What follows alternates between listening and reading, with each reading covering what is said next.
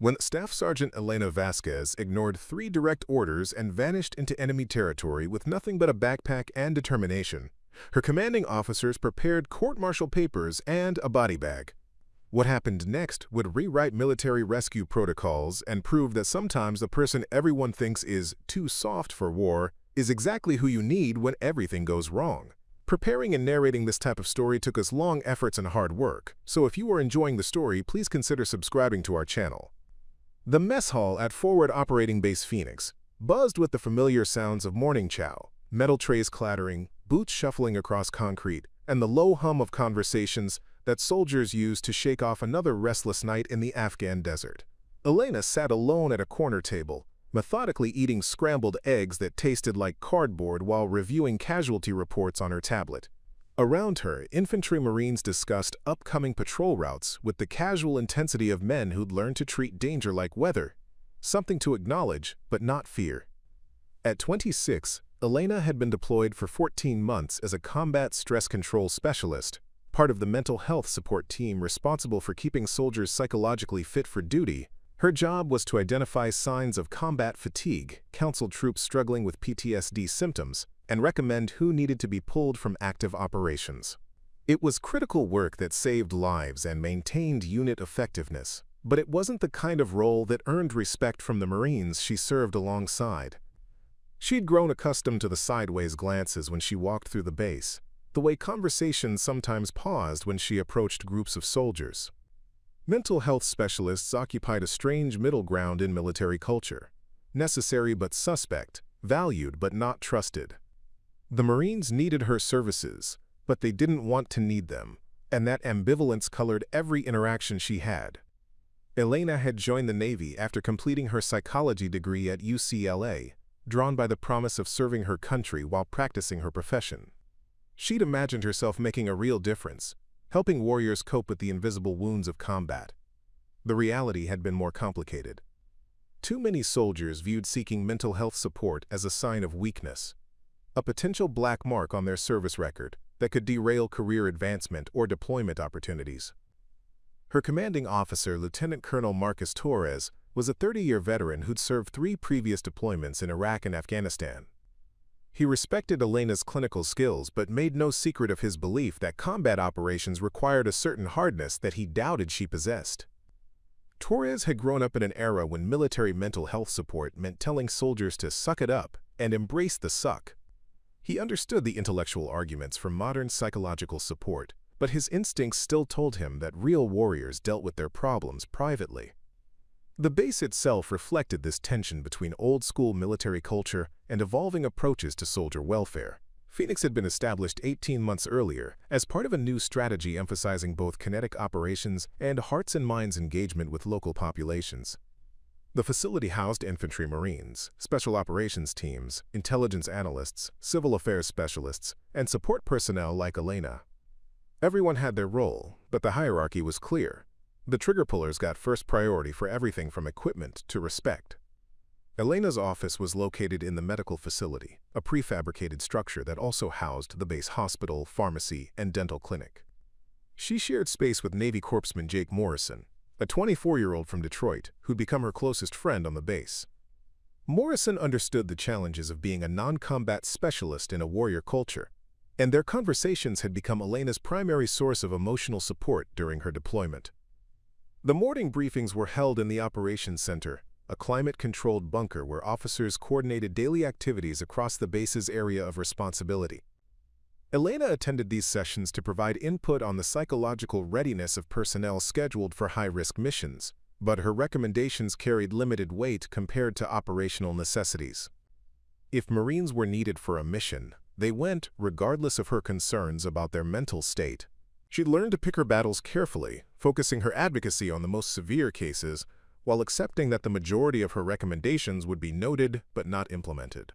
It was a frustrating compromise, but she'd found ways to work within the system by building relationships with squad leaders who trusted her judgment and occasionally sought her unofficial advice about their troops.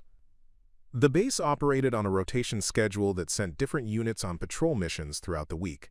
Elena tracked these rotations carefully, monitoring how multiple deployments affected individual Marines, and identifying patterns that might predict psychological breakdown. Her files contained detailed profiles of every soldier on the base, noting their family situations, previous combat exposure, personality traits, and behavioral indicators that might suggest emerging mental health issues. What most of her colleagues didn't realize was that Elena had requested this deployment specifically because she wanted to understand combat stress from as close to the source as possible. Her previous assignments had been at stateside facilities where she treated soldiers months or years after their traumatic experiences. She'd grown frustrated with trying to help warriors heal from wounds she'd never seen inflicted, and had lobbied hard for a forward deployment where she could observe the real-time psychological effects of combat operations. The request had surprised her supervisors, who'd expected her to prefer the safety and comfort of stateside assignments. Her motivation wasn't thrill-seeking or misguided romanticism about war, it was professional dedication to understanding her patients' experiences. She believed she could be more effective if she witnessed firsthand what her soldiers endured, but that logic seemed to register with very few of her military colleagues. Most mornings, Elena spent time walking through different areas of the base, making herself visible and available to soldiers who might need support but wouldn't formally request it. These informal interactions often provided more valuable therapeutic opportunities than scheduled appointments, since Marines were more likely to open up during casual conversations than formal counseling sessions. The base's daily rhythm was punctuated by incoming and outgoing helicopter flights, supply convoys, and the distant sound of artillery fire from ongoing operations in neighboring sectors. Elena had grown accustomed to sleeping through explosions and gunfire, but she'd never developed the emotional detachment that allowed combat Marines to ignore the human cost of those sounds.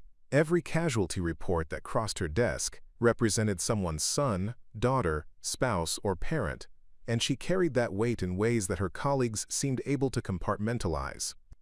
Her living quarters were Spartan even by military standards, a narrow room with a cot, footlocker, and small desk where she wrote reports and maintained her personal journal. She'd started the journal as a way to process her own psychological responses to the deployment, but it had evolved into a detailed record of observations about combat culture, leadership dynamics, and the gap between official military mental health policies and battlefield realities. Elena understood that her gender complicated her position within the base hierarchy. Female service members were still relatively uncommon in forward combat positions, and she'd learned to navigate the complex dynamics of being one of only 12 women among nearly 400 personnel. Some Marines treated her with protective courtesy, others with professional respect, and a few with barely concealed resentment about her presence in their masculine warrior culture. As she finished breakfast and prepared for another day of trying to keep psychological casualties to a minimum, Elena reflected on the central irony of her position. She'd joined the military to serve warriors, but those same warriors questioned whether she had the emotional toughness necessary to understand their world. They needed her expertise but doubted her backbone, creating a professional paradox that she navigated through patience, competence, and an increasingly thick skin.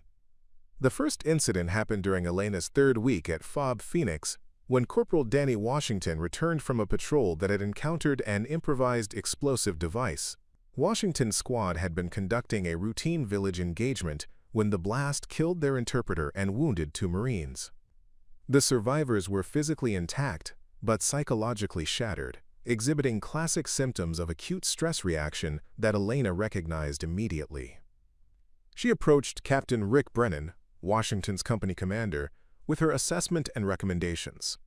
Washington needed immediate intervention before his trauma crystallized into long-term PTSD, and she suggested temporarily removing him from patrol duties while providing intensive counseling. Brennan listened with the polite attention officers reserve for specialists whose expertise they don't quite trust. "Appreciate the input, Doc," Brennan said, using the generic term Marines applied to all medical personnel regardless of their actual credentials. "But Washington's one of my most reliable squad leaders. His men need him out there, and I can't afford to pull experienced personnel because they're having a rough day. That's what war is. Rough days." Elena tried to explain that Washington's behavioral indicators suggested he was approaching a psychological breaking point, but Brennan cut her off with a dismissive wave. "Look, I'm sure you know your textbooks, but I know my Marines. Washington's tough. He'll work through whatever's bothering him. 3 days later, Washington had a complete breakdown during a firefight, freezing in the middle of combat and requiring evacuation when he became catatonic under enemy fire. 2 Marines were wounded covering his extraction, and the entire squad spent 4 hours pinned down waiting for reinforcement. Elena's recommendations suddenly seemed prophetic, but nobody mentioned her earlier warnings when they discussed Washington's medical evacuation. The pattern repeated itself with troubling regularity. Elena would identify psychological red flags, make recommendations, and watch her advice get politely ignored until crisis situations forced emergency interventions.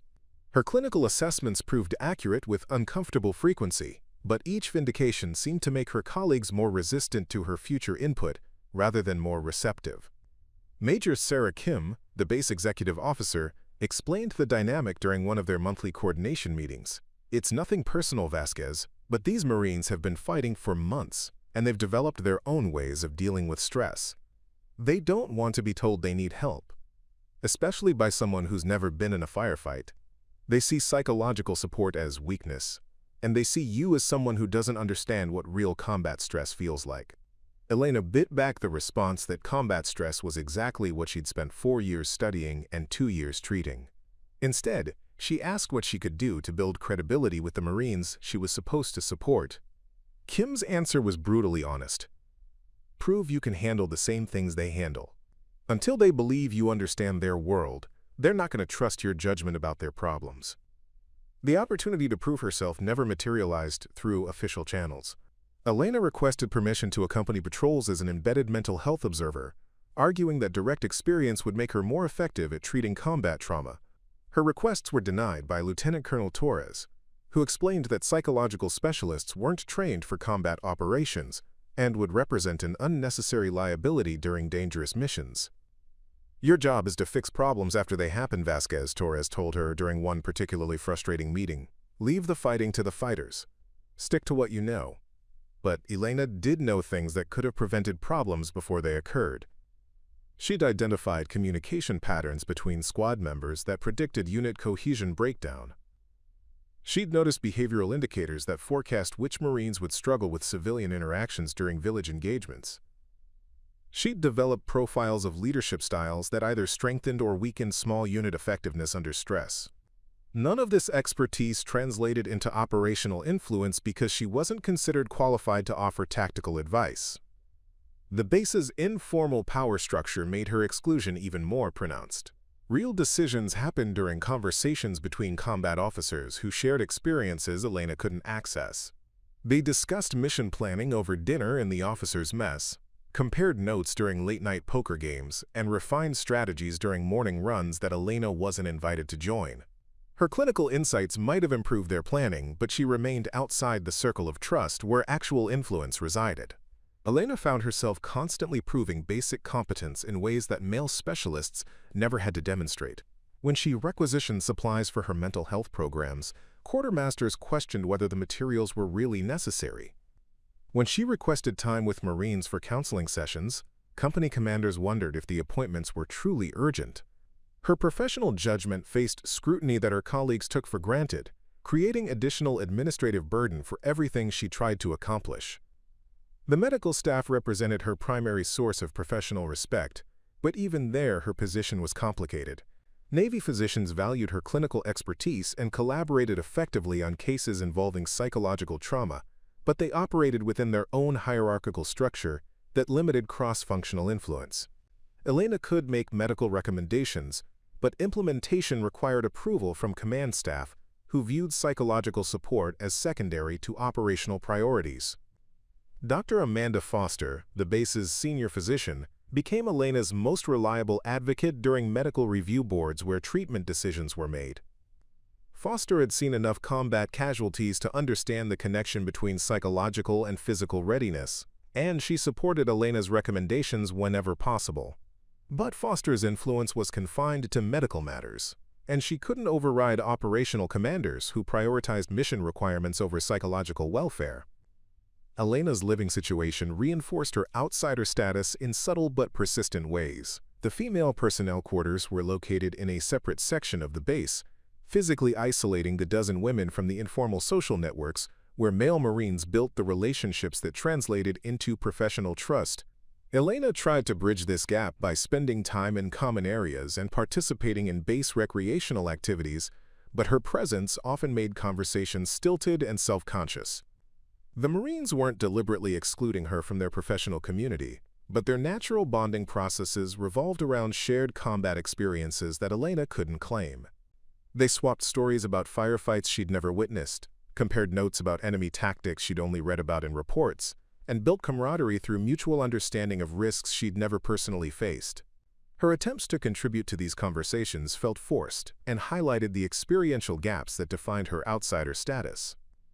Sports provided one avenue for building relationships, and Elena had been a competitive soccer player in college. She joined the base intramural teams and earned grudging respect for her athletic ability, but even this social success was limited by perceptions about her core identity. Marines could acknowledge her physical competence while still doubting her psychological toughness, creating a cognitive dissonance that kept her perpetually proving herself. Evening briefings offered another window into the exclusion process. Elena attended sessions where intelligence analysts briefed upcoming operations, but her participation was limited to noting which personnel might be psychologically unprepared for specific mission requirements. Her insights about enemy psychological warfare tactics or civilian population dynamics were politely received but rarely incorporated into operational planning, despite their obvious relevance to mission success. Elena's real education began at 0430 each morning, 90 minutes before the official start of her duty day. While the rest of FOB Phoenix slept through the final hours of darkness, she sat at her small desk, studying materials that had nothing to do with her assigned responsibilities as a combat stress control specialist. Spread across her workspace were tactical field manuals, medical emergency procedures, topographical maps, and intelligence briefings that she'd quietly collected over months of deployment. The collection had started innocently enough. After her early failures to gain credibility with combat Marines, Elena decided she needed to understand their world more thoroughly than her graduate psychology training had provided. She began by reading the same tactical manuals that infantry Marines studied, thinking that familiarity with their operational framework might help her communicate more effectively about psychological issues. But what started as background research quickly evolved into something much more comprehensive. Elena discovered that combat effectiveness involved far more variables than most specialists understood. Weather patterns affected patrol timing, terrain features influenced enemy positioning, cultural considerations shaped civilian interactions, and logistical constraints determined mission feasibility. Each element connected to psychological factors in ways that traditional mental health training never addressed, and Elena found herself studying subjects that stretched far beyond her official expertise. The base library was a modest collection of technical manuals, intelligence reports, and reference materials that most personnel ignored in favor of entertainment during their limited downtime. Elena became its most frequent visitor, systematically working through materials on battlefield medicine, small unit tactics, regional geography, and cultural anthropology. The librarian, a Navy petty officer named Rodriguez, initially questioned why a mental health specialist needed access to combat engineering manuals and intelligence assessments. Just trying to better understand the operational environment, Elena explained, which was technically true even if it didn't capture the full scope of her self-directed education. Rodriguez eventually stopped questioning her requests and began setting aside materials he thought might interest her, inadvertently becoming her first supporter in what was becoming an unauthorized expertise development program. Elena's medical background provided a foundation for expanding into emergency trauma care, and she began studying battlefield medicine techniques that went far beyond her basic military medical training. She memorized procedures for treating gunshot wounds, blast injuries, and severe blood loss under field conditions where proper medical facilities weren't available. Navy Corpsman Morrison noticed her reading advanced trauma surgery texts and offered to share his practical experience with emergency procedures. "You thinking about cross-training into field medicine?" Morrison asked during one of their evening conversations. Elena deflected the question, but Morrison proved willing to demonstrate techniques and share stories about treating casualties under fire. His informal instruction provided practical knowledge that textbooks couldn't convey, and Elena absorbed everything he taught with the intensity of someone preparing for examinations that might never come. The Base Communications Center became another source of unofficial education. Elena befriended Staff Sergeant Lisa Chen, the senior communications specialist, and convinced her to explain how radio protocols worked during combat operations. Chen initially focused on basic communication procedures, but Elena's detailed questions revealed genuine interest in understanding how information flowed during crisis situations. Their discussions evolved into comprehensive tutorials about frequency management, encryption protocols, and backup communication systems. "You ask better questions than most of the officers I brief," Chen observed during one particularly technical conversation about satellite communication vulnerabilities. Elena had been wondering how psychological support could be coordinated if primary communication systems failed, but her questions demonstrated understanding of technical details that surprised Chen. "You sure you're just a psychologist?" Elena began staying late in the operations center after briefings ended, volunteering to help with administrative tasks while studying the maps, intelligence reports, and operational summaries that covered every surface. Her presence became routine enough that duty officers stopped paying attention to her, allowing her to absorb detailed information about enemy movement patterns, civilian population dynamics, and terrain challenges that affected mission planning.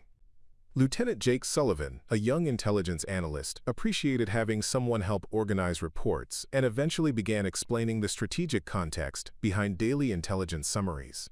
Elena's questions about psychological warfare tactics and civilian behavior patterns impressed Sullivan, who started treating her more like a colleague than spending considerable time in areas that don't directly relate to your assigned duties as a mental health specialist.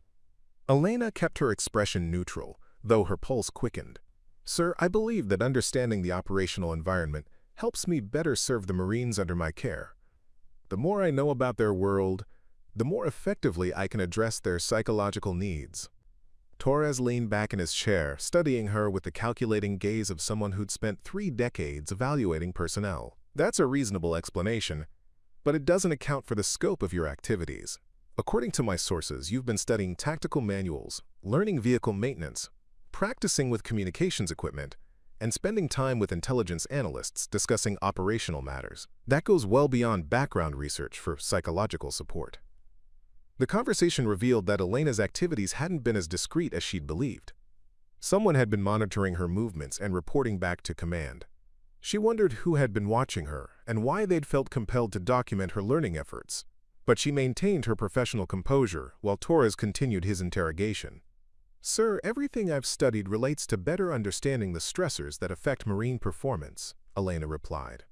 "Combat effectiveness involves multiple factors beyond individual psychology, and I believe comprehensive understanding makes me more valuable to this unit." Torres's expression suggested he wasn't buying her explanation. "Vasquez, your job description is very specific. You're here to provide mental health support to personnel who request it. You're not here to become an amateur tactician, mechanic, or intelligence analyst. This kind of mission creep concerns me because it suggests you're not focused on your actual responsibilities." Elena felt anger building but forced herself to remain calm. Her performance reviews had been consistently excellent. Her psychological assessments had proven accurate, and she'd never neglected any assigned duties. The suggestion that her additional learning represented professional deficiency struck her as fundamentally unfair, but she recognized that arguing would only confirm Torres's suspicions about her attitude. "I understand your concerns, sir," she said carefully. "Perhaps I should have been more transparent about my learning activities. I was simply trying to improve my effectiveness as a support specialist." Torres closed the folder and fixed her with a stern look. "Here's what's going to happen, Vasquez. You're going to restrict your activities to your assigned duties. No more tactical manuals, no more motor pool visits, no more intelligence briefings. If you need background information for your psychological assessments, you'll request it through proper channels. Is that clear?" Elena nodded, knowing that resistance would only make the situation worse. But Torres wasn't finished with his lecture. "I'm also concerned about the impression your activities are creating among the Marines you're supposed to support," he continued. "Some of them are wondering if you're trying to prove something, and that kind of speculation undermines your credibility as a mental health professional. These Marines need to trust that you understand your role and stay within it." After leaving Torres's office, Elena discovered that word of her meeting had spread through the base's informal communication network with remarkable speed. Marines who had previously treated her with professional courtesy now regarded her with suspicion, as if her desire to understand their world somehow represented a threat to their exclusive warrior identity. Captain Brennan pulled her aside during evening chow, his tone carrying none of the casual friendliness he'd shown during previous interactions. "Doc, I heard you had an interesting conversation with the Colonel today. Look, I appreciate your dedication, but the Marines in my company are starting to wonder about your motivations. They think maybe you're trying to play soldier instead of focusing on your real job."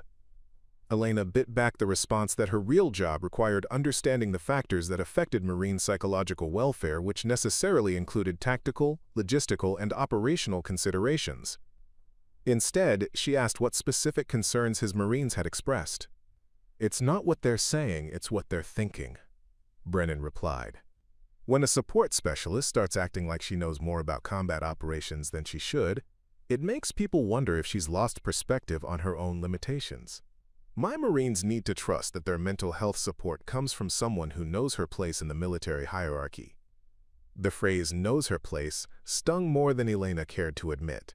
She'd heard variations of that sentiment throughout her military career, usually directed at personnel who were perceived as exceeding their assigned roles or challenging established hierarchies. The implication was always the same. Certain people belonged in certain positions, and attempting to transcend those boundaries represented dangerous ambition rather than professional development. Elena's isolation became more pronounced as Marines, who had previously sought her informal advice, began avoiding her company. Her evening walks through the base, once opportunities for casual interactions that often led to therapeutic conversations, now generated uncomfortable silence as groups of Marines found reasons to be elsewhere when she approached. Corpsman Morrison remained supportive, but even he expressed concerns about the attention Elena's activities had generated. "Look, I get why you want to understand everything about this place," he said during one of their private conversations. "But you've got to realize that some of these guys feel threatened when a support specialist knows more about their specialties than they think she should. It's not rational, but it's real." Elena asked Morrison what he thought she should do, hoping her closest ally on the base might have insights that could help her navigate the increasingly hostile environment. His answer was brutally honest. "Keep your head down, stick to your assigned duties, and let this blow over. You're a good psychologist, Elena. Don't let your curiosity about other stuff undermine your effectiveness at what you're actually here to do." The advice was sound from a career preservation standpoint, but it represented everything Elena found frustrating about military culture. Excellence within narrowly defined roles was rewarded, but broader competence was viewed with suspicion. The institutional message was clear. Specialists should remain specialists, and ambition beyond one's assigned lane was potentially dangerous to unit cohesion and command authority. Elena's requests for routine resources began facing increased scrutiny. Requisitions for psychological assessment materials took longer to process, and quartermaster personnel questioned whether her supply requests were truly necessary. Her access to base facilities became more restricted, with duty officers suddenly remembering regulations that limited non-essential personnel movement during certain hours. The base library access that had fueled much of Elena's self-directed learning was quietly curtailed when Rodriguez received orders to restrict circulation of technical materials to personnel whose duties specifically required them. Elena's borrowing privileges were revoked for everything except basic psychological reference texts, effectively ending her ability to study subjects outside her assigned specialty. Most damaging was the erosion of her professional relationships with the Marines she was supposed to support. Squad leaders who had previously consulted her about personnel issues began handling psychological concerns through their chain of command, rather than involving mental health specialists. Elena's caseload decreased significantly as Marines found alternative ways to address problems they might have brought to her attention. The psychological assessment reports that had once been valued for their accuracy and insight now faced detailed scrutiny from medical review boards. Elena's recommendations were questioned more thoroughly, her professional judgment was second-guessed more frequently, and her clinical decisions required additional approval from supervising physicians who had previously trusted her expertise. Elena realized that her pursuit of broader competence had backfired spectacularly. Instead of gaining credibility with the Marines she served, she generated suspicion about her motivations and undermined confidence in her professional judgment. Her efforts to better understand their world had been interpreted as presumptuous overreach that threatened the established order of military specialization. But perhaps most frustrating was the growing certainty that her extensive preparation, all the tactical knowledge, medical training, cultural understanding, and technical skills she'd acquired, would never be allowed to contribute to mission success because it existed outside her authorized role. The confrontation that would define Elena's remaining time at FOB Phoenix began with a mission that should never have required her input. Alpha Company was preparing for Operation Steel Rain, a complex extraction mission designed to retrieve a captured intelligence officer from a Taliban compound 15 kilometers into hostile territory. The operation involved multiple moving parts: air support, ground assault, medical evacuation, and psychological operations designed to minimize civilian casualties. Elena learned about Steel Rain through the normal briefing process, where mental health specialists reviewed personnel assignments to identify soldiers who might be psychologically unprepared for high-stress operations. She'd done this assessment dozens of times, but this mission was different. As she studied the operational plan and personnel roster, she recognized patterns that triggered every alarm bell her extensive preparation had taught her to hear. The psychological profiles of the assigned Marines revealed a unit operating under severe accumulated stress. 3 key personnel showed indicators of combat fatigue that made them unreliable for precision operations requiring split-second decision-making.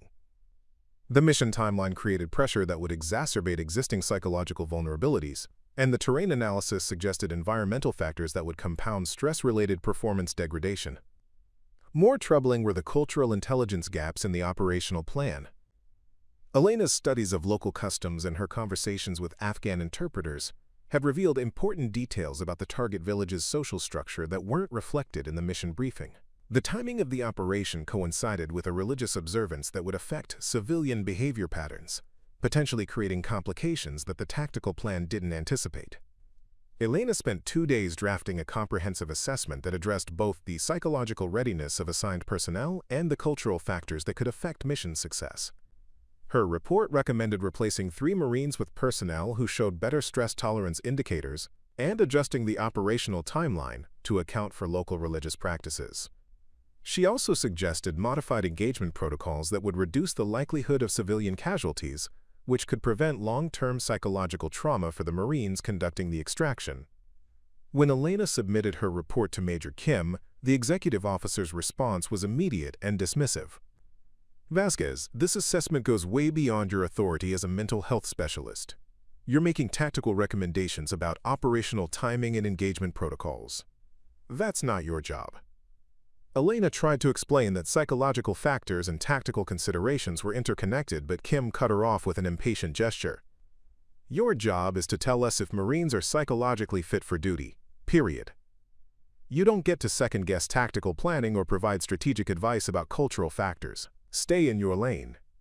Undeterred by Kim's rejection, Elena requested a meeting with Lieutenant Colonel Torres to discuss her concerns about Operation Steel Rain. She believed her comprehensive analysis could prevent both mission failure and unnecessary psychological casualties, and she hoped Torres might be more receptive to evidence-based recommendations than Kim had been. The meeting took place in Torres's office, with Kim present as a witness to whatever disciplinary action might result. Elena presented her findings systematically, focusing first on the psychological readiness issues that fell clearly within her expertise before addressing the cultural and tactical factors that affected Marine welfare. She'd prepared meticulously, citing specific regulations that gave mental health specialists authority to recommend personnel changes based on psychological assessments. Torres listened without interruption, his expression growing increasingly stern as Elena's presentation continued. When she finished, the silence in the office stretched uncomfortably before Torres spoke in a voice that carried unmistakable finality. "Specialist Vasquez, what I've just heard confirms my worst fears about your understanding of military hierarchy and professional boundaries. You've taken a legitimate psychological assessment and turned it into a comprehensive critique of an operation planned by officers with years of combat experience. That's not just inappropriate, it's dangerous." Elena opened her mouth to respond, but Torres continued without giving her the opportunity. "You seem to believe that your months of unauthorized research into subjects outside your specialty have somehow qualified you to provide tactical advice to combat commanders. That kind of thinking represents exactly the sort of intellectual arrogance that gets people killed in combat situations. The accusation of intellectual arrogance stung because it dismissed Elena's genuine concern for marine welfare as personal ambition. She'd spent months preparing for exactly this type of situation, developing expertise that could prevent both mission failure and psychological casualties. But Torres interpreted her preparation as presumptuous overreach rather than professional dedication. "Sir, my concerns are based on legitimate psychological and cultural factors that could affect mission success," Elena said, trying to keep her voice steady. "I'm not questioning tactical planning. I'm providing input about variables that affect human performance under stress." Torres's expression hardened further. "Vasquez, here's what's going to happen. You're going to rewrite your assessment to focus exclusively on psychological fitness evaluations for assigned personnel. You're going to remove all tactical recommendations, cultural analysis, and strategic suggestions. You're going to submit a report that stays strictly within the boundaries of your assigned responsibilities." Elena felt the walls closing in around her professional autonomy. "Sir, some of these psychological factors are inseparable from tactical and cultural considerations. I can't provide effective mental health support if I'm required to ignore relevant variables that affect marine psychological welfare." "Yes, you can," Torres replied firmly, "and you will. Because that's what your job description requires, and that's what military discipline demands. You don't get to redefine your role based on personal interests or unauthorized expertise." Kim nodded approvingly at Torres's ultimatum. "Specialist Vasquez, you need to understand that every specialty has boundaries for good reasons. When people start operating outside their assigned roles, it creates confusion and undermines the command structure that keeps everyone safe." Elena realized that arguing would only confirm their perception of her as insubordinate, but she couldn't let the conversation end without trying once more to communicate the stakes involved. "Sir, I believe my analysis could prevent both mission complications and psychological casualties. Wouldn't it be better to consider all available information before making final decisions?" Torres's response eliminated any remaining doubt about where the command stood on Elena's expanded role. "Vasquez, let me be crystal clear about something. This base operates on the principle that specialists stay within their specialties and commanders make command decisions. You're a mental health support provider, not a tactical advisor, cultural analyst, or strategic planner. Your opinions about operational matters are not needed, not wanted, and not welcome." The finality of Torres's statement left no room for misinterpretation. Elena's months of preparation, her systematic development of relevant expertise, and her genuine desire to provide better support to Marines were being categorized as professional misconduct rather than dedication.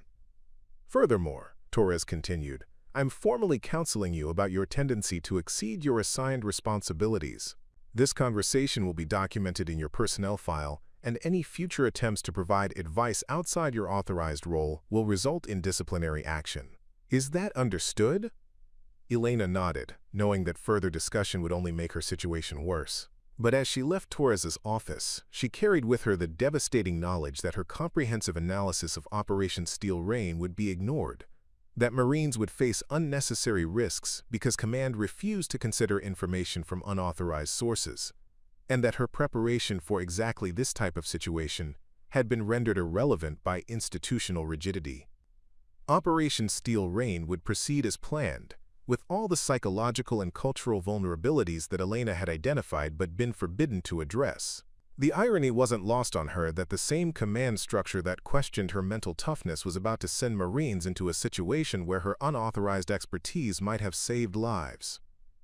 The emergency alarm pierced the pre-dawn silence at FOB Phoenix at exactly 0347 hours, jolting Elena from the restless sleep that had plagued her since the confrontation with Torres 3 days earlier.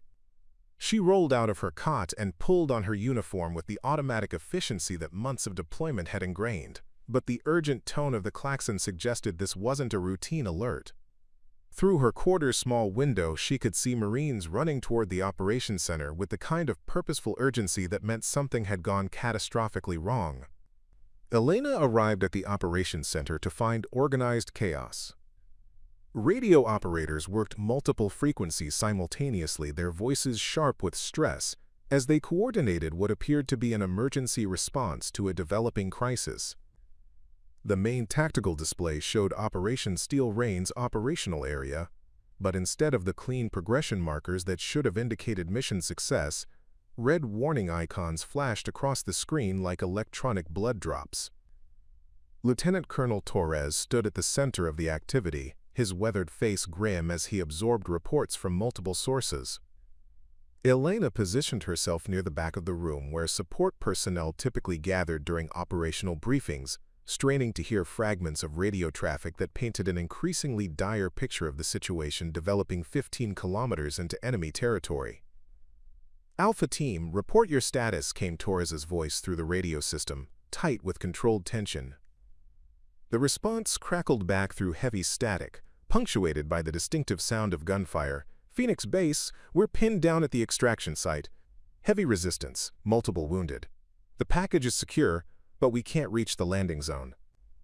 Elena's pulse quickened as she recognized the voices of Marines she'd assessed just days earlier.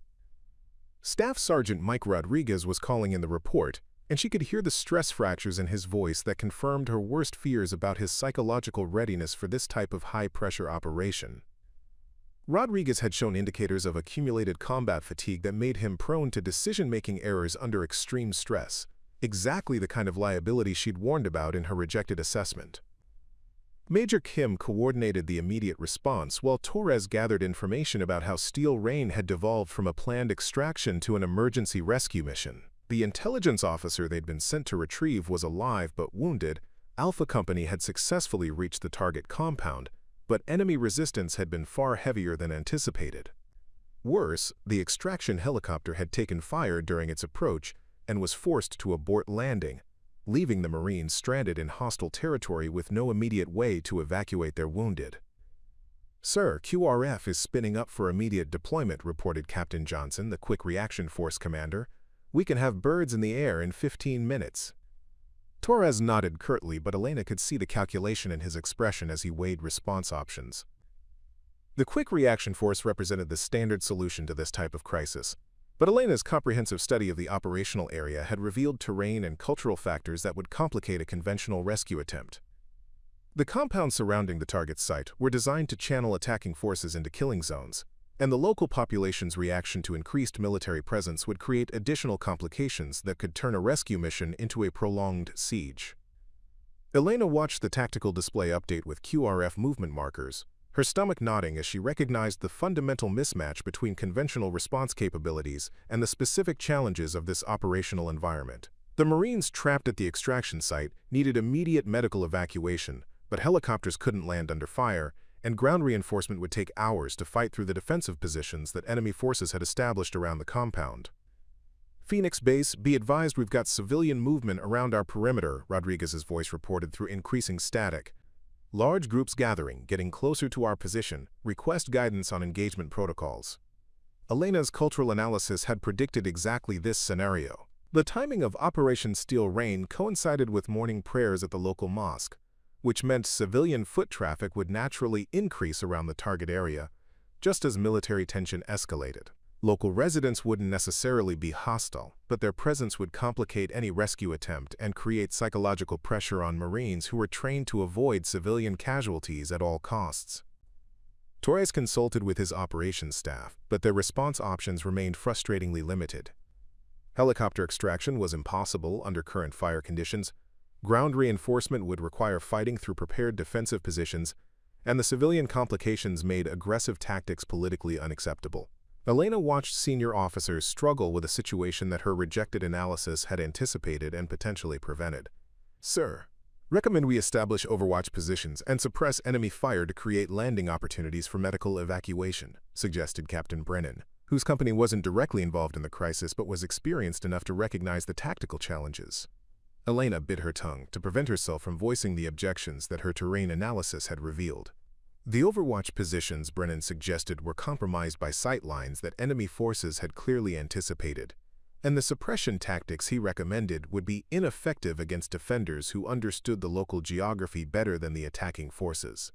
Her months of studying topographical maps and intelligence reports had identified these vulnerabilities, but her insights remained locked away by the institutional barriers that prevented mental health specialists from contributing tactical advice. "Phoenix Base, one of our wounded is critical," Rodriguez reported. his voice carrying new urgency that made everyone in the operations center freeze. Corporal Hassan took shrapnel to the chest. Doc Morrison is working on him, but he needs surgical intervention we can't provide here. Time is running out. Elena's medical training immediately processed the implications of Rodriguez's report. Chest wounds from explosive shrapnel typically involved internal bleeding that field medics couldn't control without proper surgical facilities. Corporal Hassan had minutes, not hours, before his condition became irreversible. The conventional rescue timeline wouldn't be fast enough to save his life. Torres ordered the QRF to accelerate their timeline, pushing departure to 10 minutes rather than 15, but Elena's operational analysis suggested that even this compressed schedule wouldn't address the fundamental problems preventing successful evacuation. The enemy defensive positions would still be intact, civilian complications would still interfere with helicopter operations, and the Marines at the extraction site would still be pinned down in positions that offered limited options for medical evacuation. "Sir, medical evacuation helicopter is requesting permission to attempt landing under fire," reported the air operations controller, his voice tight with the recognition that he was describing an extremely dangerous option. Elena watched Torres weigh the risks of ordering pilots to attempt landing in an active combat zone against the certainty that Hassan would die without immediate surgical intervention. It was the kind of impossible decision that combat commanders faced regularly, but this particular crisis had been entirely predictable based on the intelligence that Elena's analysis had identified, and her superiors had chosen to ignore. Negative on the medical evacuation attempt, Torres decided after consulting with his staff. Too much risk to aircraft and crew. QRF will establish suppression positions and create landing opportunities through coordinated fire superiority. Elena knew from her tactical studies that the suppression approach Torres had authorized would take at least 30 minutes to implement effectively, time that Hassan didn't have. Her comprehensive analysis of the operational area had identified alternative approaches that could work faster, but those insights remained categorized as inappropriate overreach rather than potential life-saving information. The operations center buzzed with coordinated activity as multiple units prepared to execute Torres's rescue plan, but Elena could see the fundamental mismatch between available resources and actual requirements. Rodriguez's psychological state would continue deteriorating under pressure. Hassan's medical condition would worsen beyond field treatment capabilities. Civilian complications would multiply as news of the firefight spread through the local population, and enemy forces would use the extended timeline to strengthen their defensive positions. Elena realized she was watching exactly the scenario her rejected assessment had been designed to prevent, unfolding with the predictable inevitability of a mathematical equation where all variables were known, but the solution remained unacceptable to institutional authority. Elena stood in the operations center for exactly 47 seconds after Torres finished briefing the QRF rescue plan, her mind processing the tactical reality that no one else seemed willing to acknowledge. Hassan would be dead before conventional rescue forces could establish fire superiority and clear landing zones for medical evacuation. Rodriguez's psychological state would continue deteriorating as he watched his Marine die while following orders that prioritized force protection over speed. The mission would succeed eventually, but success measured in hours rather than minutes meant failure for the people who mattered most. She walked calmly toward the exit, her expression neutral despite the decision crystallizing in her mind with absolute clarity. Elena had spent months preparing for exactly this type of situation, developing capabilities that command refused to acknowledge and expertise that institutional hierarchy deemed inappropriate. Now Marines were dying because bureaucratic boundaries prevented the application of relevant knowledge, and Elena had reached the point where following orders meant accepting outcomes she couldn't live with.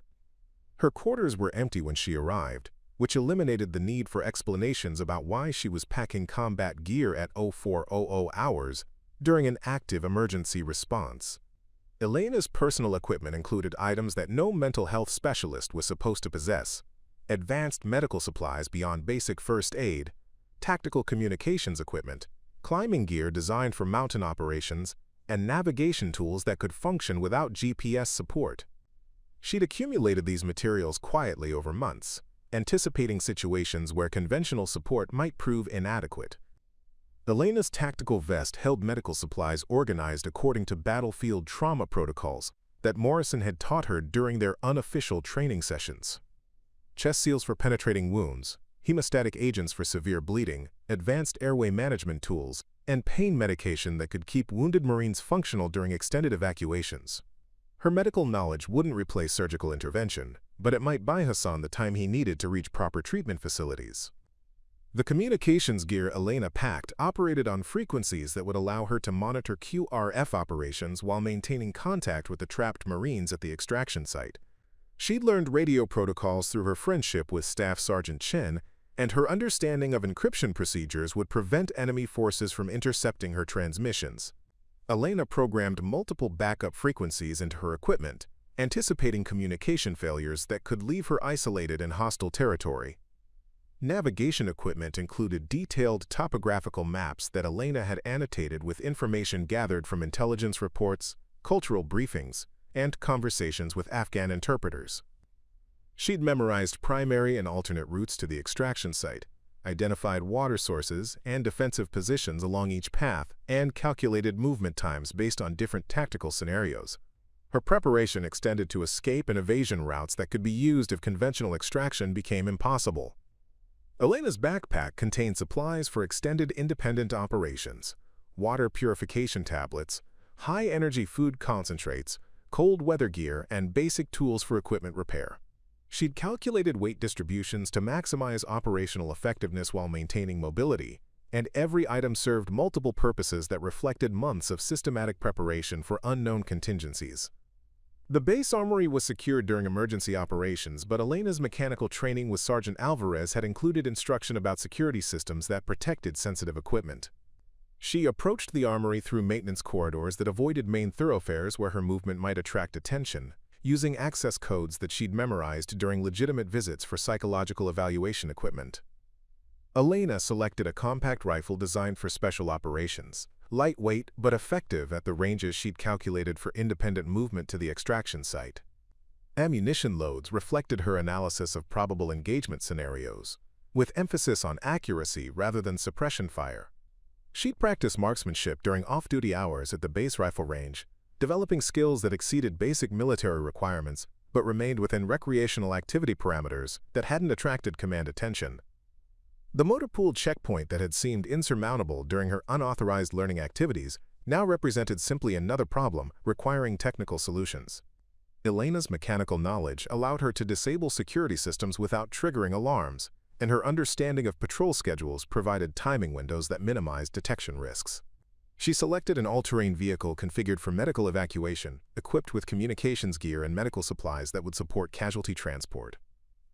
Elena's departure from FOB Phoenix occurred during the organized chaos of QRF preparation, when attention was focused on conventional response activities rather than individual personnel movements. She'd calculated her route to avoid observation posts and checkpoint procedures that might delay her departure or alert command to unauthorized activity. Her timing placed her outside the base perimeter before anyone noticed that Staff Sergeant Vasquez was missing from her assigned location during emergency operations. Preparing and narrating this type of story took us long efforts and hard work. So if you are enjoying the story, please consider subscribing to our channel. The terrain between FOB Phoenix and the extraction site required navigation skills that Elena had developed through systematic study of regional geography combined with practical experience during base security patrols. She'd memorized landmarks, calculated movement speeds for different ground conditions, and identified tactical positions that could provide cover during enemy contact. Her route selection balanced speed requirements against security considerations, choosing paths that minimized exposure while maintaining progress toward Marines who needed immediate assistance. Elena's radio monitoring revealed that QRF forces were encountering exactly the complications she'd predicted in her rejected analysis. Enemy defensive positions were more extensive than intelligence had suggested. Civilian populations were reacting unpredictably to increased military activity, and coordination problems were developing between different response elements. Hassan's medical condition continued deteriorating, while conventional rescue forces struggled with tactical challenges that Elena's comprehensive preparation had anticipated. Vehicle movement through hostile territory required constant decision-making about speed versus stealth, with Elena balancing Hassan's medical timeline against the risks of detection by enemy forces. She'd studied Taliban tactical doctrine extensively, understanding their preferred ambush locations and response patterns well enough to avoid obvious trap situations while maintaining the rapid movement that Hassan's survival required. Elena's communications with the trapped Marines began when she reached the halfway point to their location, close enough for reliable radio contact but still operating independently of QRF command channels. Rodriguez's voice carried obvious relief when Elena identified herself and provided updated medical guidance for treating Hassan's wounds. But his questions about her authorization to be operating alone in hostile territory remained diplomatically unanswered. Phoenix Base, be advised we have friendly forces approaching our position from the south, Rodriguez reported through official channels, providing Elena with cover for her unauthorized presence while avoiding direct confrontation with command authority.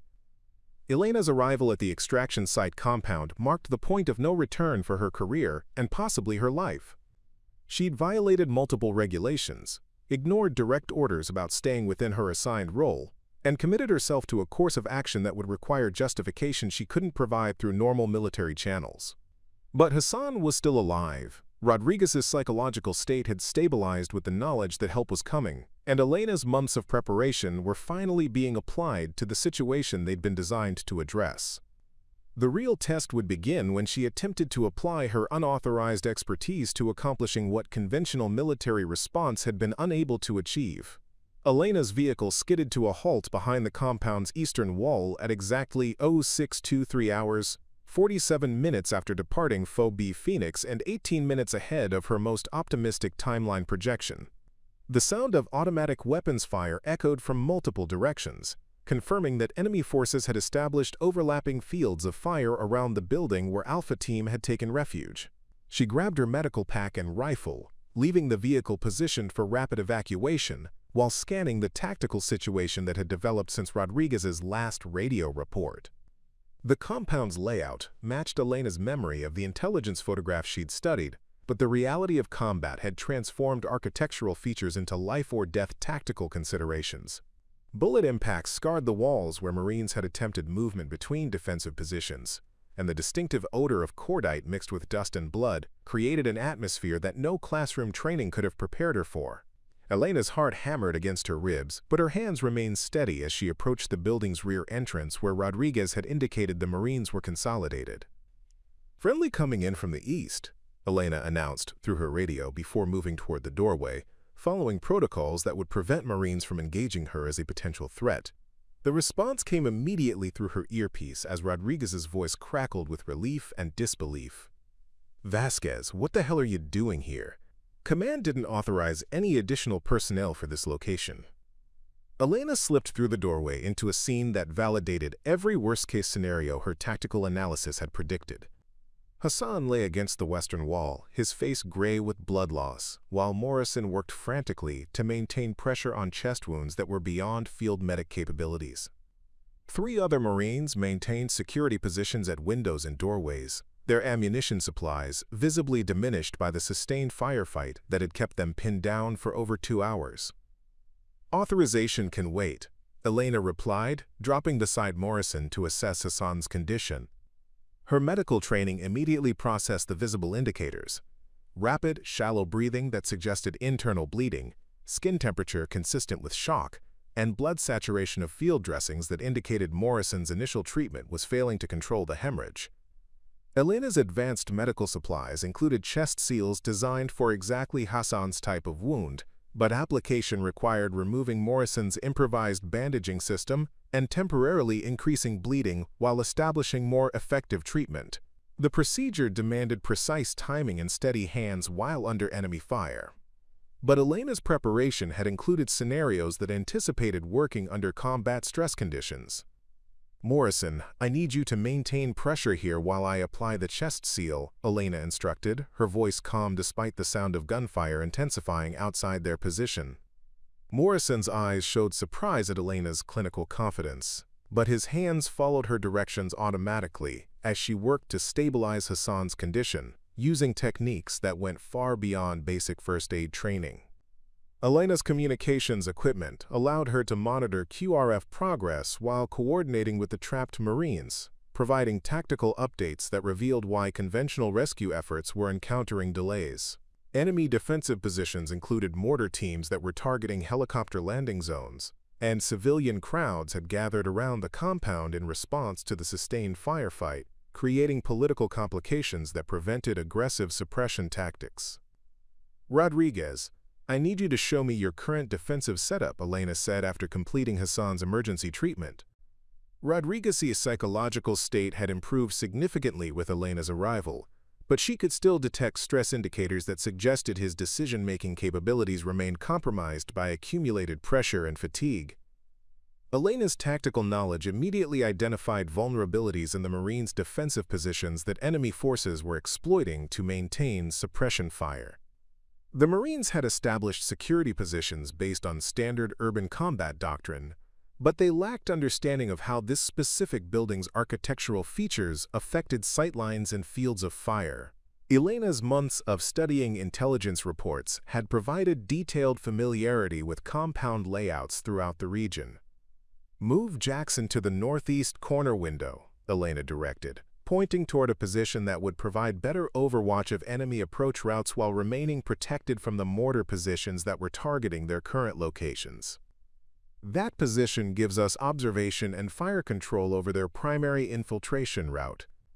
Rodriguez questioned Elena's tactical advice, but Jackson's movement to the suggested position immediately proved its value when he engaged enemy forces attempting to advance under cover of suppression fire. Elena's understanding of Taliban tactics had anticipated exactly this type of flanking maneuver, and her positioning recommendations neutralized the threat before it could compromise their defensive perimeter. Elena's radio monitoring revealed that QRF forces were encountering exactly the complications her cultural analysis had predicted. Local religious leaders were attempting to negotiate civilian evacuations from the combat area, but communication difficulties and cultural misunderstandings were creating delays that worked to enemy advantage. The civilian presence also prevented helicopter operations from using aggressive tactics that might ensure successful landing under fire. "Hassan needs surgical intervention within 30 minutes, or we lose him," Elena announced after reassessing his condition. Her medical evaluation confirmed that field treatment could only delay inevitable blood loss, and the QRF timeline still showed 45 minutes before they could establish secure landing zones for medical evacuation helicopters. Elena's tactical analysis suggested an alternative approach that could work within Hassan's medical timeline, but implementation would require violating standard operating procedures that prioritized force protection over speed. She'd identified a route to an improvised landing zone that could accommodate medical evacuation helicopters, but reaching it would require movement through areas that conventional tactics classified as too dangerous for casualty transport. "There's a cleared area 600 meters north of here that could work for helicopter landing," Elena explained to Rodriguez, showing him the location on her annotated map.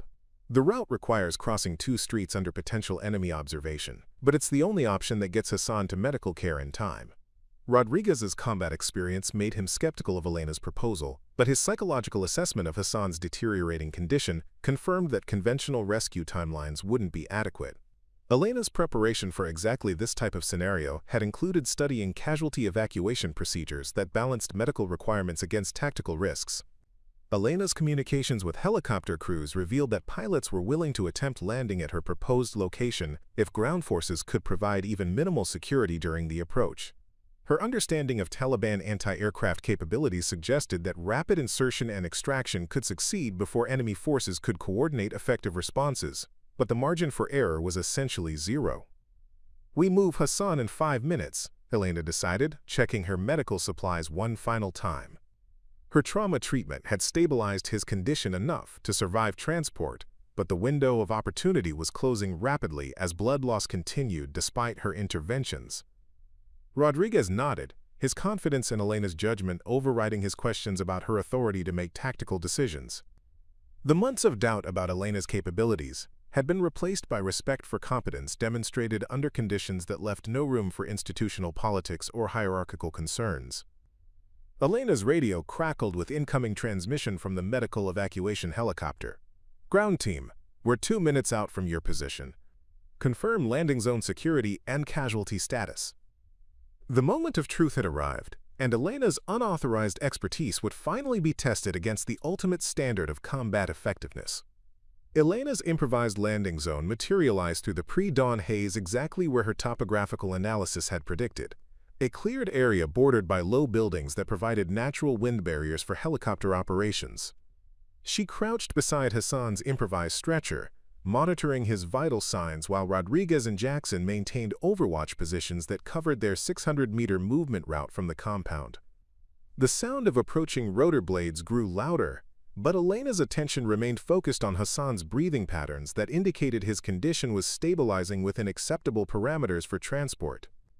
The medical evacuation helicopter descended through scattered small arms fire with the controlled precision that Elena had witnessed dozens of times during her months at FOB Phoenix, but never from ground level where every tactical decision carried immediate life-or-death consequences.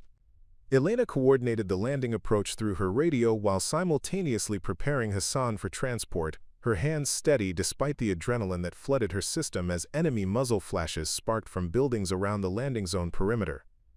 30 seconds to touchdown, the pilot announced through Elena's earpiece. Ground team, be advised we're taking sporadic fire from multiple directions. This needs to be fast. Elena acknowledged the pilot's transmission while checking Hassan's chest seal application one final time. Her medical intervention had succeeded in controlling the immediate bleeding crisis, but Hassan required surgical facilities that only existed back at FOB Phoenix or the larger medical center at Bagram Airfield. The helicopter transport represented the critical link between Elena's field treatment and definitive care that would determine whether Hassan survived his wounds. Rodriguez provided covering fire as Elena and Morrison carried Hassan's stretcher toward the descending aircraft, their movement coordinated through hand signals that Elena had learned during her unofficial tactical training sessions. Enemy fire intensified as Taliban fighters recognized the medical evacuation attempt, but Elena's positioning had placed the landing zone beyond effective range of their primary weapons, while still remaining accessible for helicopter operations. Elena helped load Hassan into the helicopter's medical bay, her trauma treatment equipment already configured for transport monitoring that would maintain his condition during the flight to surgical facilities. The helicopter's flight medic acknowledged Elena's field treatment with professional respect that recognized competent medical care regardless of the provider's official specialization, and Elena felt a moment of satisfaction that her preparation was being validated by results rather than credentials. Outstanding work on the chest seal application, the flight medic shouted over the rotor noise as the helicopter prepared for departure. Where'd you learn advanced trauma procedures? Elena smiled grimly as she stepped back from the aircraft. Wherever I could find them. The helicopter's departure left Elena and the remaining Marines in a tactical situation that required immediate relocation before enemy forces could coordinate attacks against their exposed position. Elena's analysis of Taliban response patterns suggested they had approximately 4 minutes before enemy fighters would adjust their positions to engage the landing zone with effective fire, and her route planning had identified covered approaches that could return them to more defensible positions. Rodriguez followed Elena's tactical guidance without question, his confidence in her judgment reinforced by the successful medical evacuation that conventional response procedures couldn't have accomplished within Hassan's survival timeline.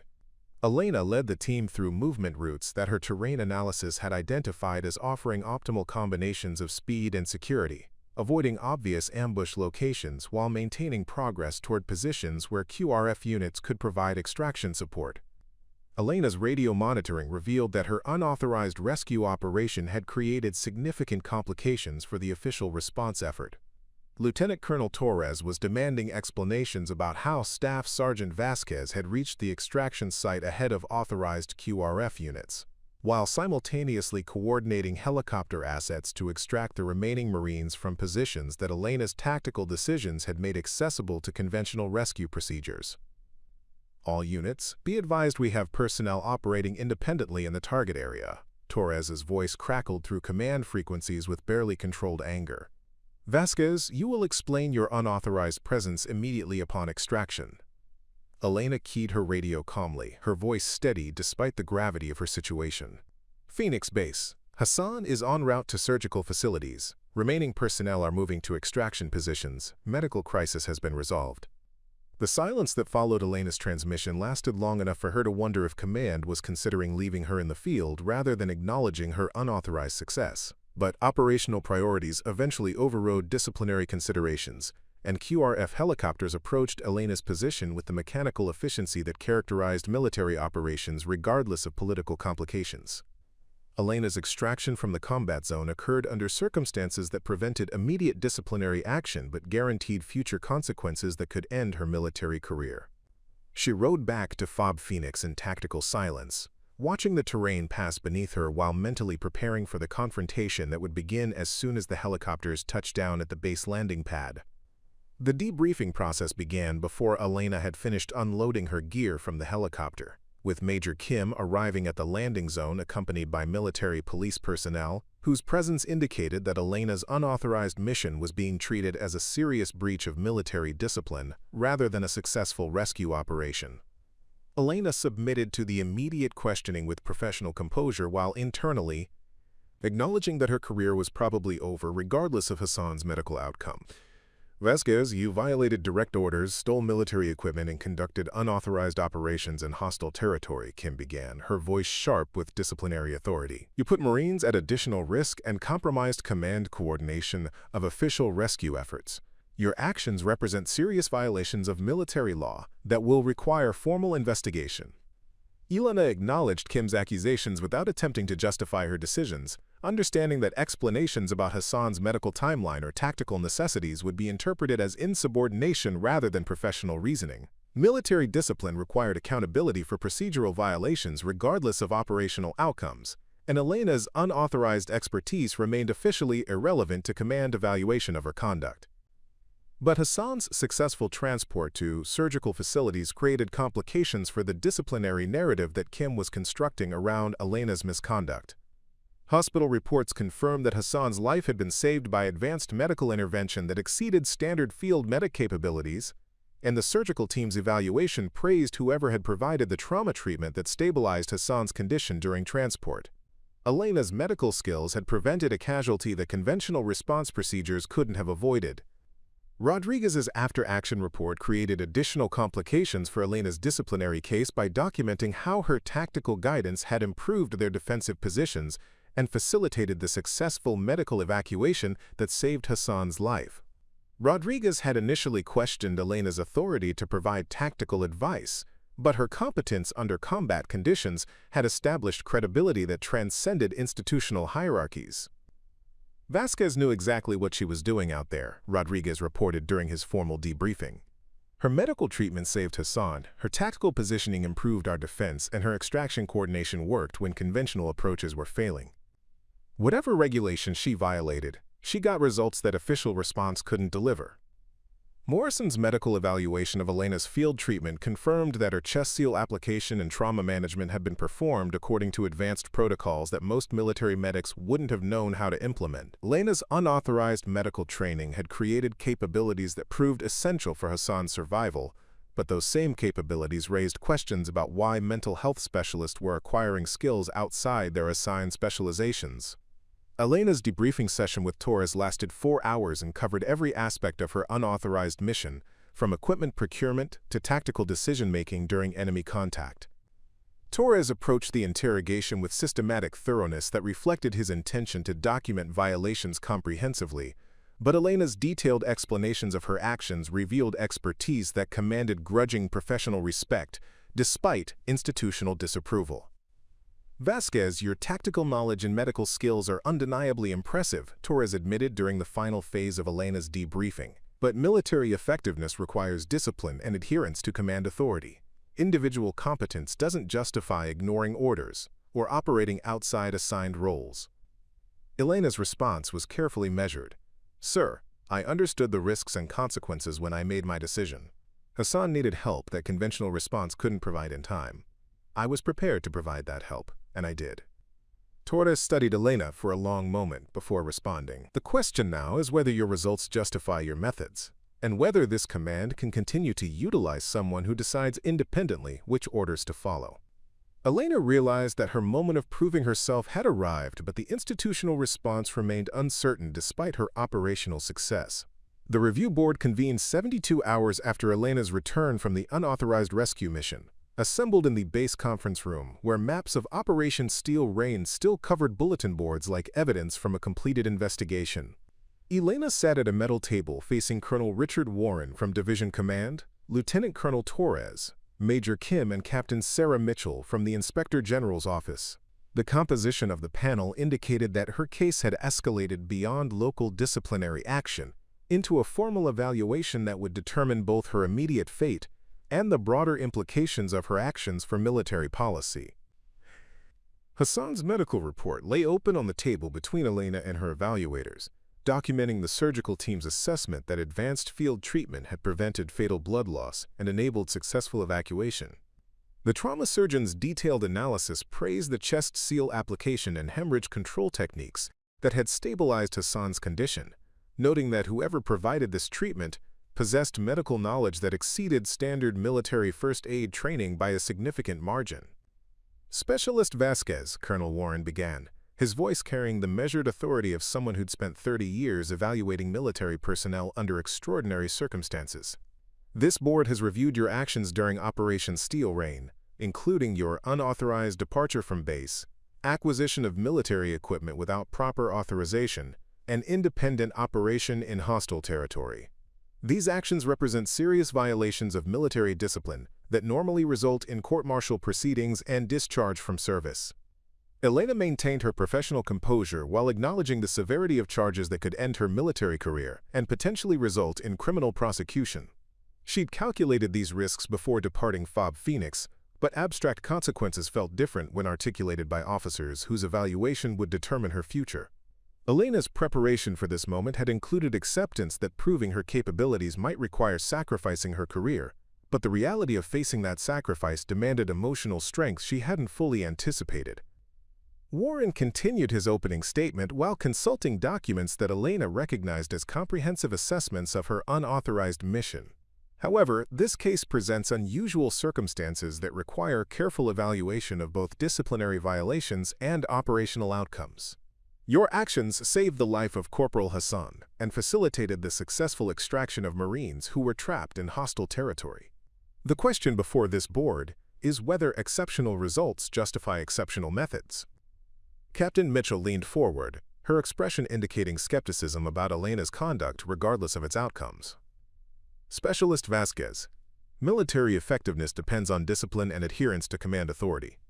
Individual initiative cannot be allowed to override institutional structure, because that path leads to chaos rather than military capability. How do you respond to the argument that your success in this instance doesn't justify violating the command structure that ensures overall unit effectiveness? Elena had anticipated this fundamental question about military hierarchy versus individual judgment. Her response had been carefully prepared during the 3 days of isolation that preceded her formal evaluation. Ma'am, I believe military effectiveness requires both discipline and adaptability. When conventional procedures prove inadequate for specific situations, military personnel should be prepared to apply alternative approaches that serve the mission's ultimate objectives. My actions were designed to save Marine lives using capabilities that institutional boundaries prevented from being applied through normal channels. Torres interrupted with obvious frustration. Vasquez, your argument essentially claims that specialists should ignore command authority whenever they believe their expertise exceeds official procedures. That's a prescription for military anarchy, not improved effectiveness. Elena met Torres's challenge directly. Sir, my argument is that expertise should be utilized when lives are at stake, regardless of where that expertise resides within the institutional structure. Hassan needed advanced medical care that I was qualified to provide. The extraction site required tactical analysis that my preparation had equipped me to conduct. These capabilities existed within this unit, but institutional barriers prevented their application until I chose to act independently. Warren studied Elena's personnel file while considering her response. Your preparation for this type of situation was indeed comprehensive. According to these reports, you spent months developing medical, tactical, cultural, and technical knowledge that far exceeded your assigned responsibilities. This board needs to understand whether your preparation represented professional dedication or inappropriate ambition that undermined your effectiveness in your assigned role.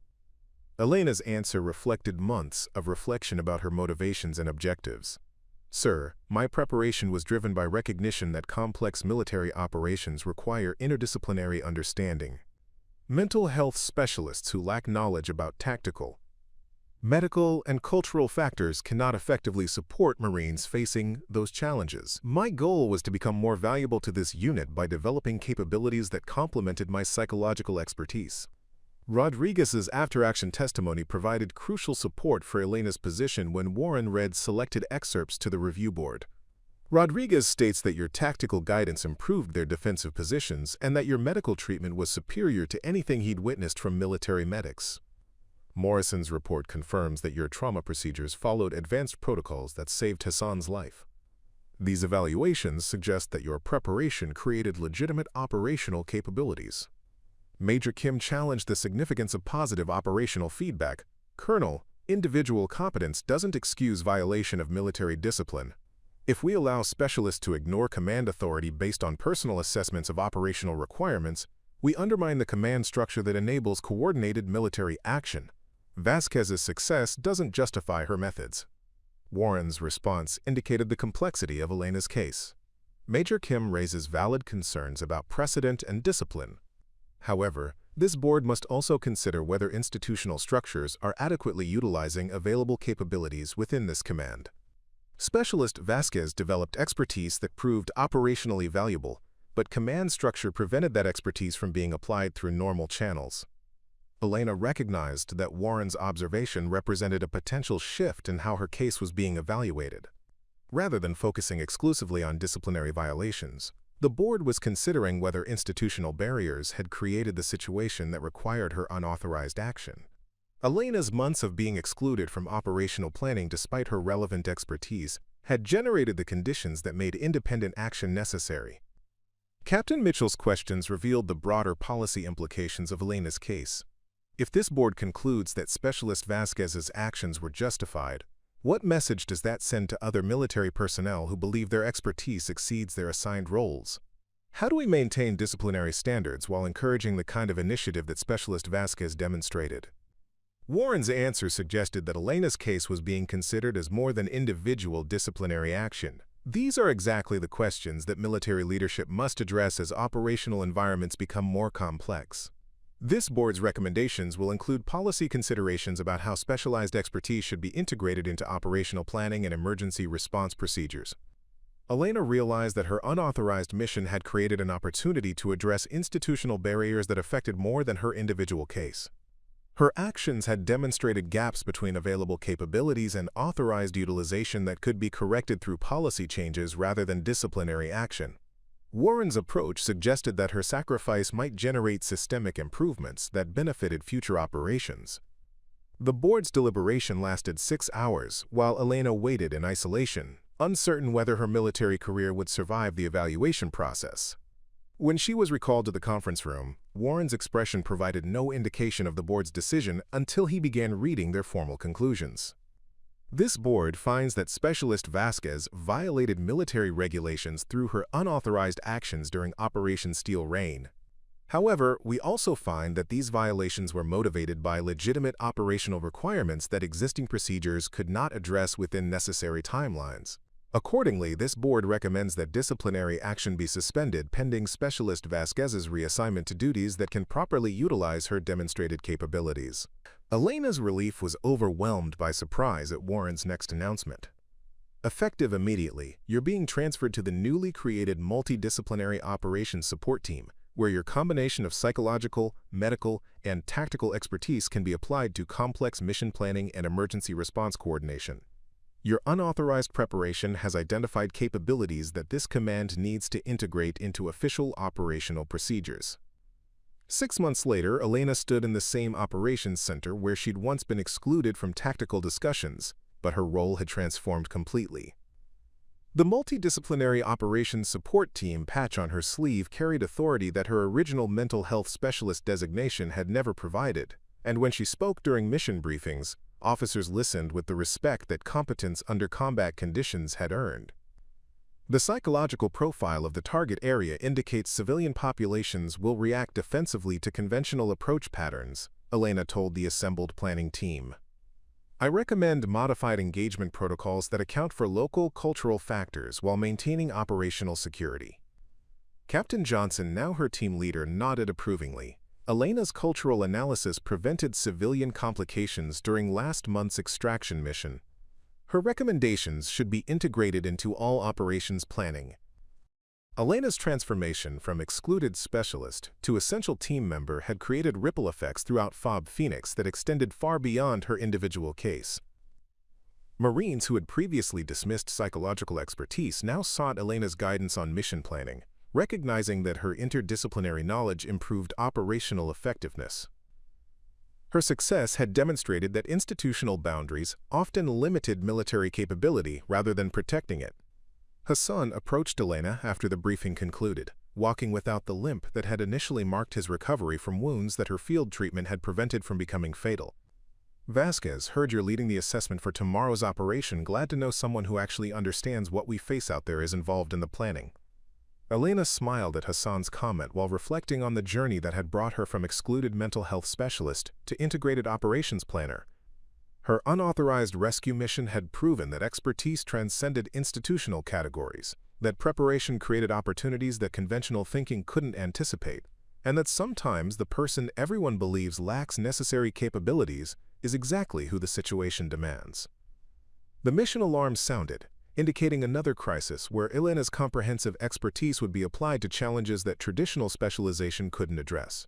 She gathered her equipment with the confidence of someone whose capabilities had been tested under conditions that left no doubt about their value. Elena's unauthorized transformation from mental health specialist to multidisciplinary operations expert had become institutional recognition that complex military operations required personnel whose expertise crossed traditional boundaries. Her willingness to prove herself under combat conditions had changed not just her own career trajectory, but the entire command's approach to utilizing specialized knowledge. As she prepared for deployment with her new team, Elena reflected on the irony that proving she had the stomach for military operations had required demonstrating capabilities that went far beyond courage under fire, encompassing the intellectual preparation and professional dedication that transformed individual competence into organizational effectiveness.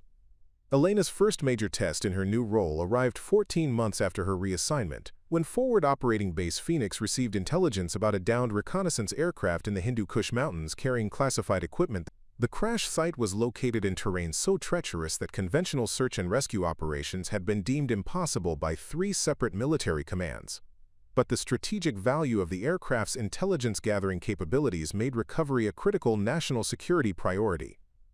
The mission briefing took place in the same conference room where Elena had faced disciplinary action, but the dynamics had transformed completely since her integration into the multidisciplinary operations support team. Colonel Warren, now permanently assigned to FOB Phoenix as the regional operations commander, led the planning session with Elena positioned at the primary tactical display rather than relegated to support personnel seating. Her expertise had become central to mission planning rather than peripheral to operational considerations. The aircraft went down at approximately 11,000 feet elevation in unmapped terrain that satellite imagery suggests is essentially vertical rock face, Warren explained, pointing to topographical displays that showed a landscape of impossible complexity. Weather conditions include sustained winds above 40 miles per hour and temperatures that drop to -20 degrees Fahrenheit during nighttime hours. Standard helicopter operations are impossible, and ground access routes would require technical climbing abilities that exceed normal military training. Elena studied the terrain analysis while cross-referencing cultural intelligence reports that indicated local tribal populations who might complicate recovery efforts.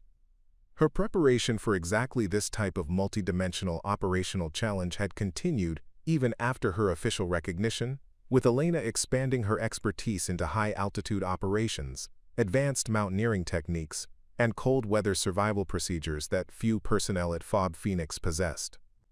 "Sir, the crash site is located within territory controlled by the Haqqani network, but it's also adjacent to villages that maintain neutrality in the current conflict," Elena reported, her analysis drawing from months of studying regional tribal dynamics that most intelligence specialists overlooked.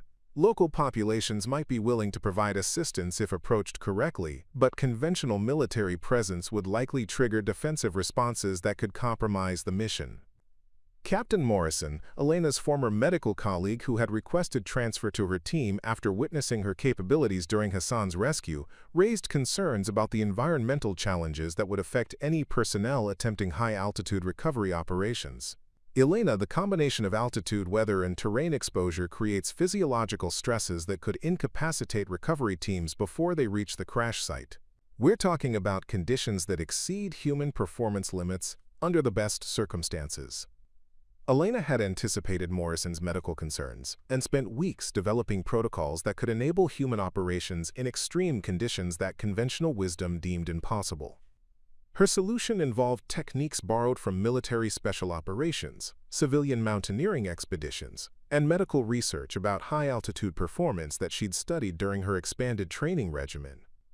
Morrison's right about the physiological challenges, but they can be managed through careful preparation and specialized equipment, Elena replied, activating display screens that showed detailed planning for cold weather operations.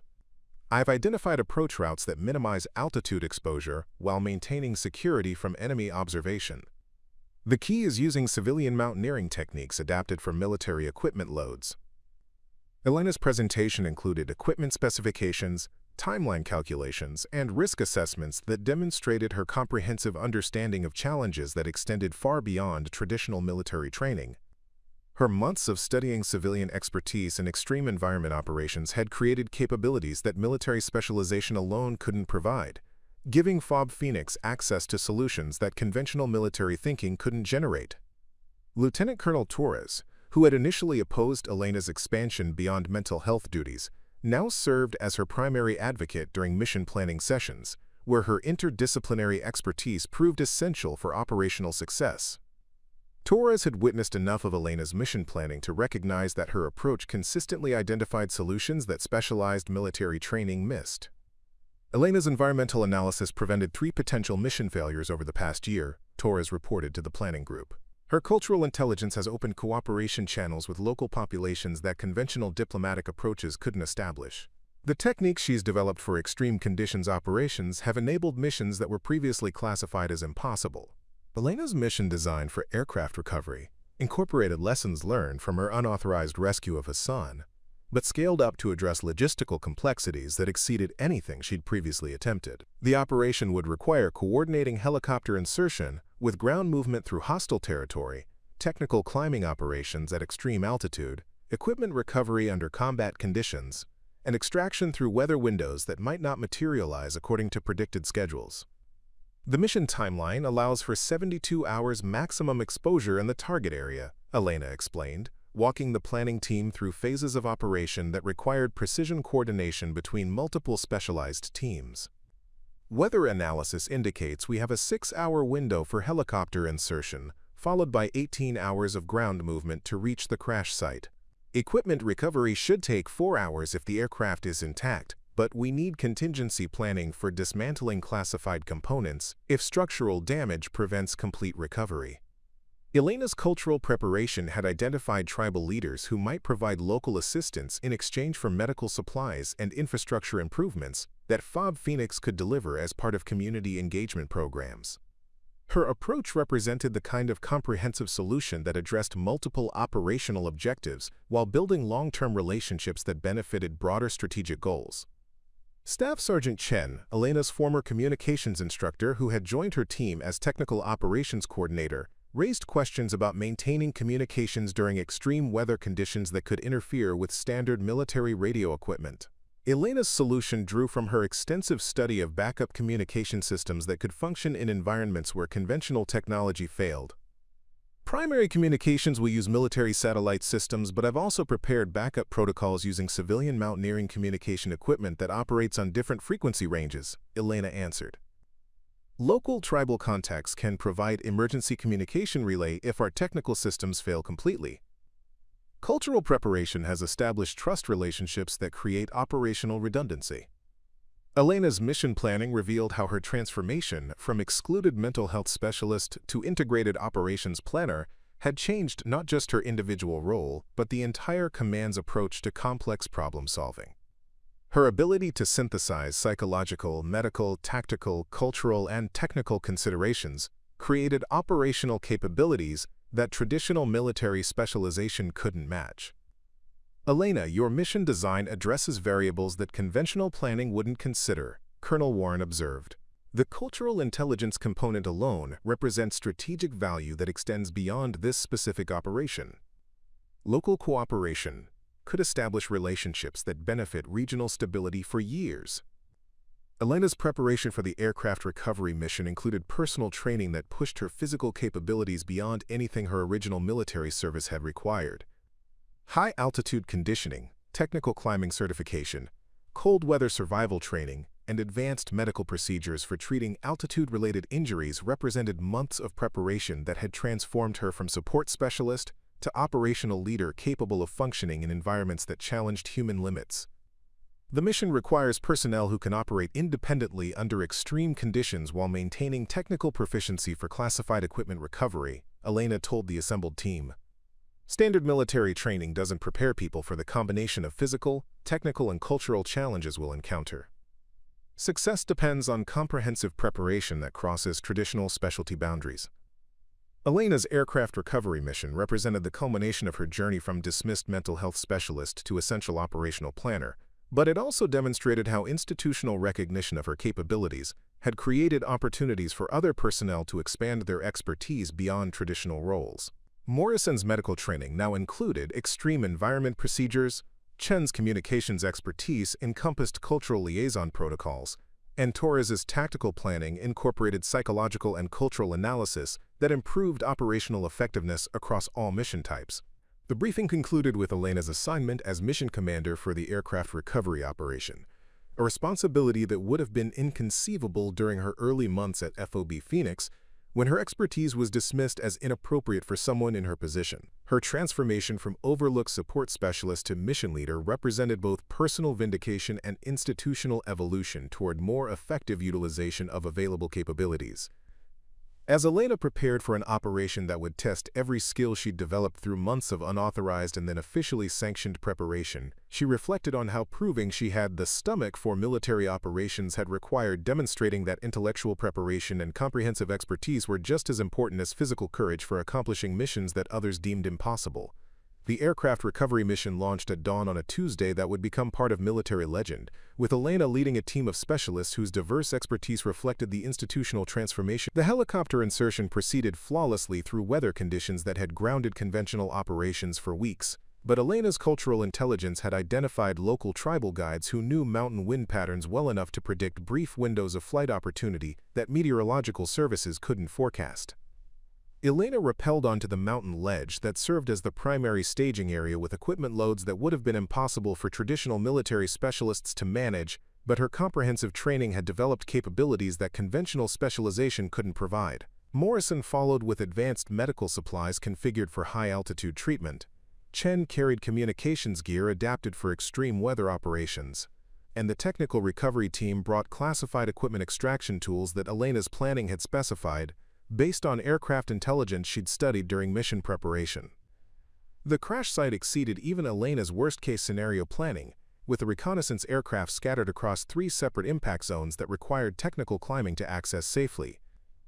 Elena's mountaineering expertise proved essential for establishing anchor points and safety lines that enabled the recovery team to work at altitude, while maintaining the precision necessary for classified equipment extraction.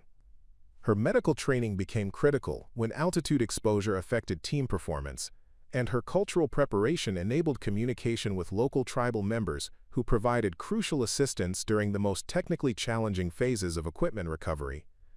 Elena's leadership during the 18-hour operation demonstrated how her transformation from dismissed mental health specialist to mission commander had created capabilities that transcended traditional military categories. She coordinated helicopter extraction timing while treating altitude sickness symptoms, managed cultural liaison activities while directing technical equipment recovery, and maintained communications with base command while making real-time tactical decisions that conventional training hadn't prepared her to handle. The mission's complete success generated immediate recognition that extended far beyond FOB Phoenix, with Division Command requesting detailed analysis of Elena's operational methods and personnel development approaches that had enabled previously impossible mission accomplishment. Elena's journey from excluded specialist to essential leader had created templates for institutional change that military leadership recognized as broadly applicable to complex operational challenges. Colonel Warren's after-action report to Pentagon leadership described Elena's case as representing fundamental evolution in military personnel utilization, with recommendations for policy changes that would encourage interdisciplinary expertise development throughout military specialties. Specialist Vasquez has demonstrated that complex modern operations require personnel whose capabilities transcend traditional role boundaries, Warren wrote. Her success suggests that institutional barriers preventing specialists from developing broader expertise may be limiting military effectiveness rather than protecting it. Elena's promotion to warrant officer came with assignment to the newly established Cross-Functional Operations Development Program, where her responsibilities included training other military specialists to expand their expertise beyond traditional role limitations. Her teaching combined technical instruction with cultural analysis and psychological preparation that reflected her understanding of how comprehensive preparation enabled operational success under impossible conditions. The program's first graduating class included medics who had developed tactical planning capabilities, intelligence analysts who understood cultural liaison protocols, communications specialists who could provide psychological support during crisis operations, and logistics personnel who possessed advanced survival skills for independent operations. Elena's approach to military education emphasized that modern warfare required adaptable personnel rather than narrow specialists. Hassan, fully recovered from injuries that Elena's field treatment had prevented from becoming fatal, graduated from Elena's program with capabilities that combined his original infantry training with medical, cultural, and technical expertise that made him eligible for special operations assignments. His success represented the institutional validation of Elena's argument that comprehensive preparation created more effective military personnel. Elena changed how this entire command thinks about what's possible, Hassan told the graduation ceremony audience. She proved that someone everyone thought was too soft could accomplish missions that nobody else could handle. But more importantly, she showed us that we can all become more capable if we're willing to learn beyond our assigned roles. Elena's impact extended beyond individual career advancement to influence military culture throughout the regional command. Officers who had initially dismissed her psychological expertise now sought her input during mission planning. Recognizing that her interdisciplinary approach consistently identified solutions that traditional military thinking missed. Her success had demonstrated that institutional prejudices about specialists' capabilities often prevented optimal utilization of available human resources. The transformation of FOB Phoenix from a base that excluded specialists from operational planning to one that integrated diverse expertise into comprehensive mission design represented broader institutional evolution that Elena's journey had accelerated. Military leadership recognized that complex modern operations required personnel whose preparation transcended traditional specialty boundaries. Elena's final assignment at FOB Phoenix involved training replacement personnel for the multidisciplinary operations support team she had pioneered, ensuring that institutional knowledge developed through her unauthorized and later officially sanctioned preparation would continue benefiting military operations after her deployment ended. Her comprehensive documentation of techniques and procedures created lasting organizational capabilities rather than individual expertise that might be lost through personnel rotation. As Elena prepared for reassignment to Pentagon staff positions where her experience would influence military-wide policy development, she reflected on the journey that had transformed her from overlooked mental health specialist to recognized expert whose capabilities were valued throughout military command structure. Her willingness to prove herself under combat conditions had changed not just her own career trajectory, but institutional understanding of how specialized expertise could be leveraged for operational success. The message Elena left for future specialists facing similar challenges was simple: comprehensive preparation creates opportunities that conventional thinking can't anticipate, and proving yourself sometimes requires exceeding the limitations that others place on your potential. Her story had become military legend not because she ignored orders, but because she demonstrated that having the stomach for impossible missions required intellectual preparation and professional dedication that transcended physical courage alone. Elena's legacy at FOB Phoenix would continue long after her departure, embedded in institutional policies that encourage specialists to develop broader expertise, and in the careers of personnel who had learned that their capabilities could extend far beyond their assigned roles when proper preparation met operational necessity. 5 years after Elena Vasquez defied orders to save a dying Marine, the Pentagon unveiled the Vasquez Protocol, a revolutionary approach to military training that encourages specialists to develop expertise across traditional boundaries. Elena, now a major serving as Director of Interdisciplinary Military Operations, stood before a congressional committee explaining how one unauthorized rescue mission had transformed military effectiveness worldwide. The specialist they once said didn't have the stomach for real military work has trained over 3,000 personnel who've completed previously impossible missions, testified General Patricia Hayes, Elena's former Pentagon supervisor. Her approach has prevented 17 major operational failures and saved an estimated 400 lives through enhanced personnel capabilities. Hassan, now a Special Operations Team leader, credits Elena's comprehensive training philosophy for his unit's perfect mission success rate. Elena taught us that limitations exist in our minds, not our capabilities. When we stopped accepting what others said was impossible, we started accomplishing what everyone said couldn't be done. Elena's final words to the congressional committee captured the essence of her journey. Military effectiveness isn't about following limitations others place on your potential. It's about preparing comprehensively for challenges that conventional thinking can't solve. Sometimes the person everyone believes isn't tough enough is exactly who you need when everything seems impossible. Today, the Elena Vasquez Center for Advanced Military Training produces specialists whose interdisciplinary expertise has redefined modern warfare. The woman they said lacked the mental fortitude for combat operations now shapes how America prepares its military leaders for an uncertain future. Her story proves that when determination meets preparation, the impossible becomes inevitable. If Elena's incredible journey of proving that mental strength matters more than physical assumptions inspired you, hit that subscribe button and become part of our community that celebrates people who refuse to accept limitations. What seemingly impossible challenge are you preparing to overcome? Share your story in the comments below. We read every single one, and your experience could inspire our next video. Don't forget to ring the notification bell so you never miss stories about ordinary people doing extraordinary things when everyone said they couldn't.